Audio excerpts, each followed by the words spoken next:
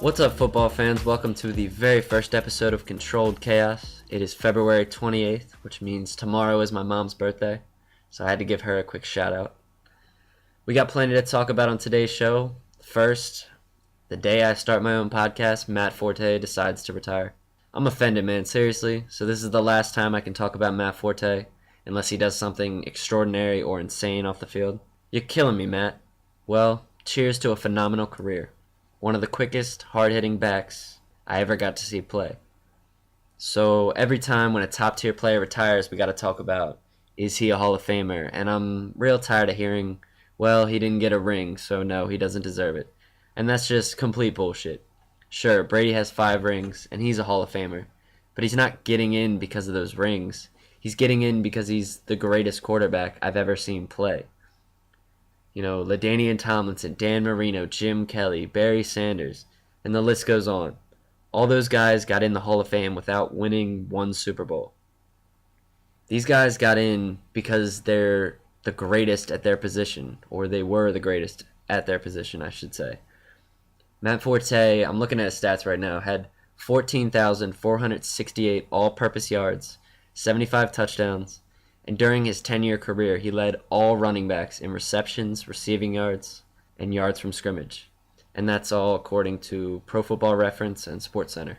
The numbers don't lie, ladies and gentlemen. Feel free to disagree, but Matt Forte is a Hall of Famer. So the NFL came out with a headline this week saying that the Dez Bryant catch wasn't a drop. The Dez Bryant catch in Green Bay from 2014, y'all know which one I'm talking about. This is not news. Everyone in the world knew that was a catch. Even people who know nothing about football knew it. But under the annoyingly dumb catch rule, this was not a catch because he didn't survive the ground, aka this made-up 12th man on the field that's been making football fans want to break their TVs and scream at their families. You know what I'm talking about, Steelers fans.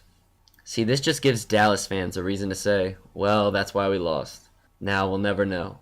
No, stop. I saw a lot of that on Twitter yesterday when the headline came out. I'm a huge Ravens fan, and I understand the frustration. But come on now. Y'all were not going to beat Seattle and New England. I just don't see it. Hats off to that 2014 Cowboys team. That was a tough team. Bottom line is, they're working on the catch rule, and hopefully they at least get rid of this survive the ground shit, because that's just flat out idiotic. So on a more positive note, Blake Bortles gets a 3-year, $54 million deal. I love it. I love the move. Yeah, he's not a top-tier QB, but he sure as hell knows how to win. His team has got debatably the best defense in the league, and a solid group of running backs.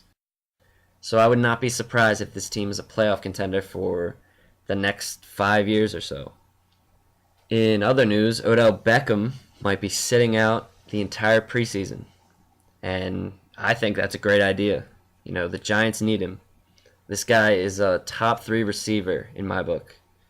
And if you look at how bad this team played last year without him, it's no question they need him. Odell has pretty much been a band-aid for this offense. We all love Eli, but man, has he gotten worse. So earlier this week, Marcus Peters got traded to the Rams. And I don't like this move one bit on Kansas City's part. Because I like Marcus Peters. I really do. Guy's got a lot of potential. It sounds like this move was Kansas City just getting tired of dealing with him. Obviously, I have no idea how he treats his coaches and teammates. But a guy with that caliber of talent should not get traded for what appears to be a few picks. Yeah, it's a 2nd-round pick next year and a 4th this year. He's worth more than that. It's crazy to me. We were just talking about Odell Beckham. You know, everyone remembers his incidents. But he's just too valuable to lose, and I think Marcus Peters is the same way.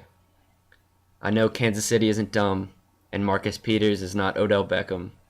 But I think the Chiefs' secondary will struggle even more next year without him. I hope Peters thrives on the Rams because he's proven that he can be a top corner in this league. In case you haven't gotten a chance to see him play much, right now since he entered the league, he's had the most interceptions, 21 to be exact, even after the subpar year the Chiefs had. All right, let's talk about Johnny Manziel. He's trying to return to the league, and it's comeback season in case you haven't heard. Right now, I can honestly see Manziel having a backup role in the league. You never know what these guys do when there's no mic or cameras in their face. But when I hear him talking about how he used to act when he was on the Browns, it sounds like the college kid who didn't take school seriously as a freshman, and a few years later they realize this is serious shit, and now it's time to really work. I've heard that like a million times, but I think Manziel, I really think that's where he's at with football. Unfortunately, wanting to get back in the game, cleaning up your act, working hard, is not going to just get you back into the game. But I'm rooting for him. Whether or not he makes it back in the league, it looks like he's getting his life back together.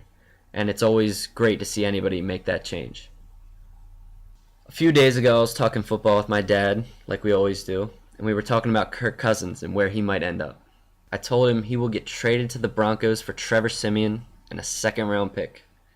To me, that just sounds like the perfect scenario for both teams. I think the Redskins are set on Alex Smith, which I don't understand why you'd want him over Kirk Cousins the way he's played these past couple of years. If Alex Smith really is the guy for them, then Trevor Siemian could certainly be a great backup. But who knows? There's so many questions surrounding this whole Cousins situation because there's plenty of teams that could use him. Obviously Denver, the Jets, the Browns, the Dolphins. Yes, Dolphins fans, it ain't Jay Cutler or Ryan Tannehill. Neither of those guys will lead you to a Lombardi trophy. It just ain't happening. So it'll be real interesting to see how this situation turns out. That's it for today. Be sure to like and subscribe. And if you like this show, tell your friends about it. So have a great weekend, everybody. I'm out.